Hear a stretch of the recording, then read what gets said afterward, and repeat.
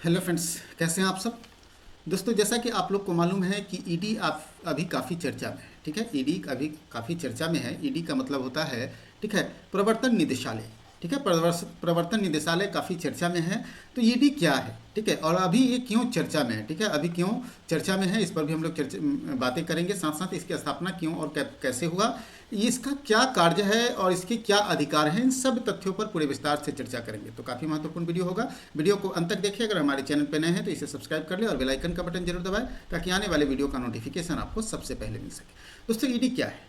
देखिए, ईडी मतलब आप लोग अच्छी तरह से समझ रहे हैं कि ईडी क्या है। प्रवर्तन निदेशालय है, और यह एक बहु अनुशासनात्मक संस्था है, मतलब मल्टी डिसिप्लिनरी ऑर्गेनाइजेशन है, जो कि वित्त मंत्रालय के राजस्व विभाग के अधीन एक विशेष जांच एजेंसी है। मतलब स्पष्ट रूप से ये हो गया कि ईडी क्या है। ईडी एक जांच एजेंसी है, ठीक है, जांच एजेंसी है।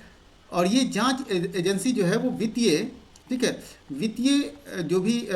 वित्तीय जो मतलब अनियमितता होता है, ठीक है, अनियमितता होता है, उसका जांच करता है। वित्तीय अनियमितता का जांच करता है, ठीक है।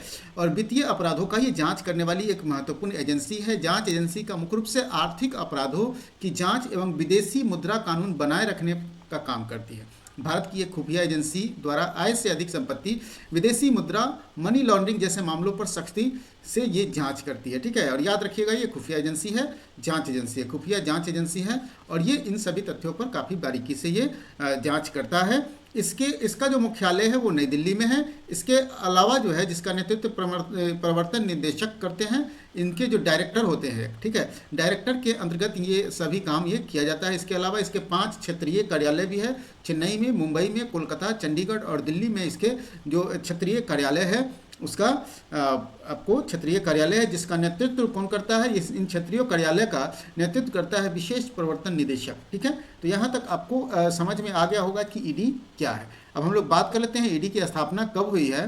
तो देखिए, स्थापना की अगर बात कर लेंगे तो 1947 में जब ब्रिटिश शासनकाल से भारत आज़ाद हुआ, तो विदेशी मुद्रा का विनिमयन, ठीक है, विनियमन और अधिनियम बना। सबसे पहले, चूंकि हम लोग आज़ाद भारत में आ गए थे, तो विदेशी मुद्रा का नियमन करना हमारा अधिकार था। तो वित्त मंत्रालय के अंतर्गत एक अर्थशास्त्र विभाग था, और यही विभाग के द्वारा, वित्त मंत्रालय के द्वारा 1 मई 1956 को प्रवर्तन इकाई बनी, ठीक है। क्या बनी है ये?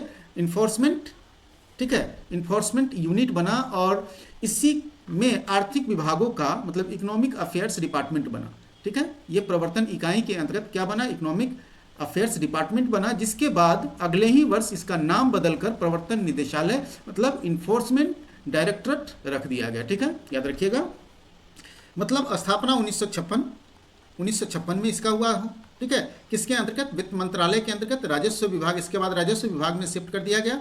अब ये क्या है? वित्त विभाग से कहाँ चला गया? ये राजस्व विभाग में, राजस्व विभाग में इसको शिफ्ट कर दिया गया। अब बात उत्पन्न होता है कि क्या यह सरकारी, ठीक है, मतलब संवैधानिक संस्था है? संवैधानिक संस्था है? तो जी नहीं, यह एक संवैधानिक संस्था नहीं है, यह एक गैर संवैधानिक संस्था, मतलब संविधान के द्वारा इसकी स्थापना नहीं की गई है। यह संविधान के बाद एक कानून बनाकर इसकी स्थापना की गई है, मतलब गैर संवैधानिक संस्था है। याद रखिएगा, गैर संवैधानिक संस्था है।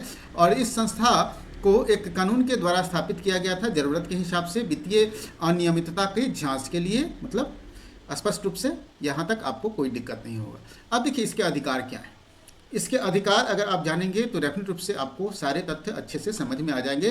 तो प्रवर्तन निदेशालय मतलब ईडी को विदेशी मुद्रा विनियमन अधिनियम 1973 एवं विदेशी मुद्रा प्रबंधन अधिनियम 1999 के अंतर्गत भारत सरकार की सभी वित्तीय जांच करने का अधिकार प्राप्त है, ठीक है। मतलब स्पष्ट रूप से यह हो गया कि विदेशी मुद्रा विनिमय अधिनियम 1973 और विदेशी मुद्रा प्रबंधन अधिनियम 1999 के अंतर्गत भारत सरकार की किसी भी विभाग में किसी तरह की भी जांच अनियमितता होता है, मतलब वित्तीय अनियमितता होता है, तो उसका ये जांच कर सकता है, ठीक है। उसके बाद देखिए, ईडी जो है सीबीआई, केंद्र और उच्च न्यायालय और उच्चतम न्यायालय के आदेश मिलने पर जांच करता है। भारत के किसी भी राज्य में किसी भी पुलिस स्टेशन में 1 करोड़ या उससे अधिक की हेरा फेरी का मामला दर्ज होने पर पुलिस प्रवर्तन निदेशालय को सूचित करती है। इसके बाद प्रवर्तन निदेशालय सीधे पुलिस स्टेशन से चार्जशीट की कॉपी लेकर बिना राज्य सरकार की अनुमति लिए ये जांच शुरू कर देती है। इसके अलावा ईडी को पुलिस से पहले मामले की जानकारी मिलती है तो वह सीधे जांच शुरू कर सकती है। मतलब स्पष्ट हो गया कि ईडी को जांच के लिए किसी भी स्टेट गवर्नमेंट की इजाज़त की जरूरत नहीं होगी। स्टेट गवर्नमेंट से उसे मतलब स्टेट गवर्नमेंट उसको इजाज़त दे या न दे, वो जांच करेगा ही करेगा अगर 1 लाख मतलब 1 करोड़ से अधिक वित्तीय मामले दर्ज होते हैं तो, ठीक है। 1 करोड़ से अधिक वित्तीय अनियमितता का मामला दर्ज होता है तो। और पुलिस डिपार्टमेंट में अगर किसी भी, आपको मालूम होना चाहिए कि किसी भी पुलिस डिपार्टमेंट में होता है तो पुलिस डिपार्टमेंट को ये सूचित करना पड़ता है ईडी को, और ईडी इस पर जाँच शुरू करती है चार्जशीट की कॉपी लेकर, और बिना सरकार की अनुमति के, राज्य सरकार की अनुमति की इसको कोई ज़रूरत नहीं होता है, ठीक है। और ये सीधे जांच शुरू कर सकता है। प्रवर्तन निदेशालय मनी लॉन्ड्रिंग के आरोप के चलते गिरफ्तारी का अधिकार है। अगर कोई मनी लॉन्ड्रिंग का मामला होगा तो यहाँ गिरफ्तार वो डायरेक्ट कर सकता है, और इसी मामले में गिरफ्तार किया गया है आपको अरविंद केजरीवाल को, ठीक है। अरविंद केजरीवाल जो है वो केजरीवाल इसी मनी लॉन्ड्रिंग के मामले में ही गिरफ्तार हुए हैं। प्रवर्तन निदेशालय को वित्तीय रूप में किए गए गैर कानूनी कार्यों की कार्रवाई का अधिकार है, जिसे धन शोधन निवारण अधिनियम के तहत निदेशालय छापे मारने, गिरफ्तारी करने और संपत्ति जब्त करने का अधिकार है, ठीक है। तो किसी तरह के गैर कानूनी कार्रवाई से जुड़ा हुआ, अगर वित्तीय रूप से अगर कोई गैर कानूनी आप तरीके से पैसे अर्जित करते हैं तो ईडी आपके ऊपर छापा मार सकता है, आपके संपत्ति को जब्त कर सकता है, आपको गिरफ्तार कर सकता है, ठीक है।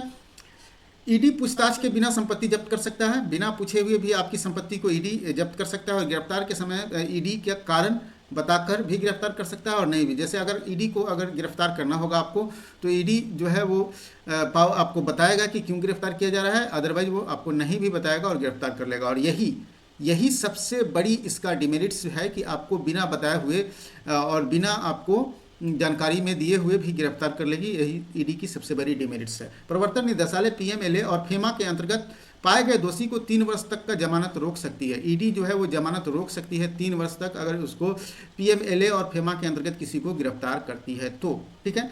अब हम लोग आगे बढ़ते हैं और अन्य तथ्यों को जानते हैं। अब देखिए हम लोग फेमा और पीएमएलए के बारे में भी जानेंगे। तो प्रवर्तन निदेशालय के काम क्या है, अगर चर्चा की बात कर ले तो चर्चा में इसलिए है क्योंकि अभी आपने देखा कि ईडी जो है वो काफ़ी एक्टिव है, और हाल ही में दिल्ली सरकार के बहुत सारे मंत्रियों को और साथ साथ वहाँ के मुख्यमंत्री अरविंद केजरीवाल को भी गिरफ्तार किया है। साथ साथ अभी इससे पहले जो मामला था आपने देखा होगा, झारखंड के मुख्यमंत्री को भी ईडी ने गिरफ्तार किया। और इससे अगर बात करेंगे तो और सारे कई ऐसे मामले हैं जहां ईडी ने जितने भी विपक्षी दल है उसको मतलब मुख्य रूप से कहा जाए तो विपक्षी दलों को टारगेट करके ईडी काम कर रही है। और चूंकि अभी तक ईडी का जो कार्रवाई है उसको अगर देखा जाए मुख्य रूप से तो डेफिनेट रूप से इसके तथ्य सामने आते हैं, ठीक है। हालांकि ईडी के बहुत सारे ऐसे काम भी है जो काफ़ी सराहनीय हैं, इसमें कहीं कोई डाउट्स नहीं है। और ईडी के द्वारा जो भी वित्तीय और अनियमितता और मनी लॉन्ड्रिंग के मामले में कार्रवाई किए जाते रहे हैं उसकी सराहना भी कई बार की जा चुकी है। ईडी की यानी कि प्रवर्तन निदेशालय, ईडी यानी प्रवर्तन निदेशालय, ठीक है, एक ऐसी जांच एजेंसी है जो मुख्य रूप से आर्थिक गबन, अवैध संपत्ति, मनी लॉन्ड्रिंग और विदेशी मुद्रा के कानूनों के उल्लंघन के जांच काम करती है। भारत सरकार की प्रमुख जांच एजेंसी है और अधिनियमों के अंतर्गत यह कार्य करती है। लेकिन देखिए कई जगह पे ईडी जो है वो असफल भी रही है, जिसका हम लोग चर्चा करेंगे। धन शोधन निवारण अधिनियम, जिसको हम लोग पीएमएलए कहते हैं, prevention of money laundering act 2002 PMLA, और इसी के अंतर्गत जो है वो आपको अरविंद केजरीवाल को गिरफ्तार किया गया है और इनकी मतलब 3 साल तक इनके जमानत को रोक सकता है वो। प्रवर्तन निदेशालय मनी लॉन्ड्रिंग पर लगाम लगाने और उसके अपराधियों के खिलाफ मुकदमा दायर कर विशेष अदालत द्वारा संपत्ति की जब्ती सुनिश्चित करने की जिम्मेदारी दी गई है। मतलब इनको ये बड़ी जिम्मेदारी दी गई है कि उसकी संपत्ति को भी यह जब्त कर सकते हैं पीएमएलए के द्वारा अगर किसी को ये गिरफ्तार करते हैं तो, ठीक है, मनी लॉन्ड्रिंग के अंतर्गत अगर गिरफ्तार करते हैं तो। दूसरा है प्रिवेंशन ऑफ, ठीक है, विदेशी मुद्रा प्रबंधन अधिनियम, the foreign exchange management act FEMA के तहत देश से बाहरी व्यापार भुगतान की अवधि से संबंधित जानकारी पर नज़र बनाए रखना। ईडी को कानून उल्लंघन करने वालों का फैसला सुनाने और जुर्माना देने का भी अधिकार है। मतलब फेमा में के अंतर्गत अगर विदेशी मुद्रा प्रबंधन अधिनियम के अंतर्गत जिसको भी ईडी गिरफ्तार करेगी ना उसको वो फैसला भी सुना सकती है, जुर्माना भी लगा सकती है, ठीक है। इतना वास्ट पावर है ईडी के पास, ठीक है। इसके अतिरिक्त आर्थिक भगोड़ा अपराधी अधिनियम, ठीक है। फ्यूगिटिव इकोनॉमिक ऑफेंडर एक्ट 2018 के अंतर्गत आर्थिक अपराधियों को भारत के कानून से बचने के रोकने के लिए बनाया गया है, ताकि अधिनियम के माध्यम से आर्थिक भगोड़े की संपत्ति जब्त की कर सरकार को सौंप दी जाए। और इस मामले में ईडी आप देखेंगे तो असफल साबित हुई है।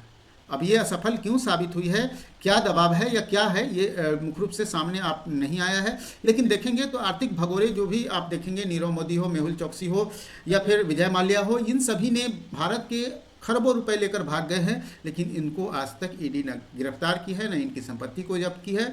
ठीक है, तो इस मामले में ईडी बिल्कुल असफल साबित हुई है। विदेशी मुद्रा प्रबंधन अधिनियम, ठीक है, फॉरेन एक्सचेंज रेगुलेशन एक्ट 1973 के अंतर्गत मतलब फेरा के तहत भारतीय निवासी अन्य देशों की वस्तुओं को आयात करता है और अपने उत्पादन का निर्यात करता है। इसके अलावा विदेशों में निवेश कर विदेशी मुद्रा लेन देन करता है। इस अधिनियम के तहत सुनिश्चित करना कि संसाधनों का उचित उपयोग किया जाए आदि गड़बड़ी अगर पाया जाता है तो यहाँ भी मतलब फेरा के अंतर्गत भी ईडी कार्रवाई कर सकती है। तो ईडी के पास काफ़ी वास्ट पावर है वित्तीय अनियमितता, आर्थिक गबन, अवैध संबंधी और मनी लॉन्ड्रिंग से संबंधित। ठीक है, जहाँ तक है आप लोग अच्छी तरह से ये समझ गए हैं।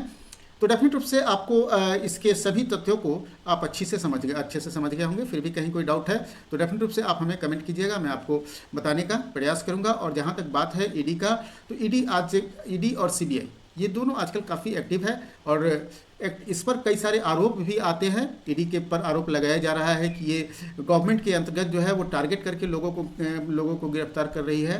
हालांकि देखा जाए तो एक तरह से ईडी के तहत जो आप देखेंगे कि बहुत सारे लोगों पर जो मतलब सत्ता दल के अंतर्गत शामिल हैं और उन पर बहुत बड़े बड़े आरोप है वित्तीय गबन के मामले में। ठीक है, लेकिन उन पर कोई कार्रवाई नहीं हुई है, इसीलिए ये सवाल के घेरे में भी है। ठीक है, तो मुख्य रूप से देखा जाए तो ईडी के कार्यों को आपने अच्छे से समझ गया। फिर भी कोई डाउट है तो डेफिनेट रूप से आप हमें कमेंट कीजिएगा। फिर मिलते हैं अगले वीडियो में एक नए टॉपिक के साथ।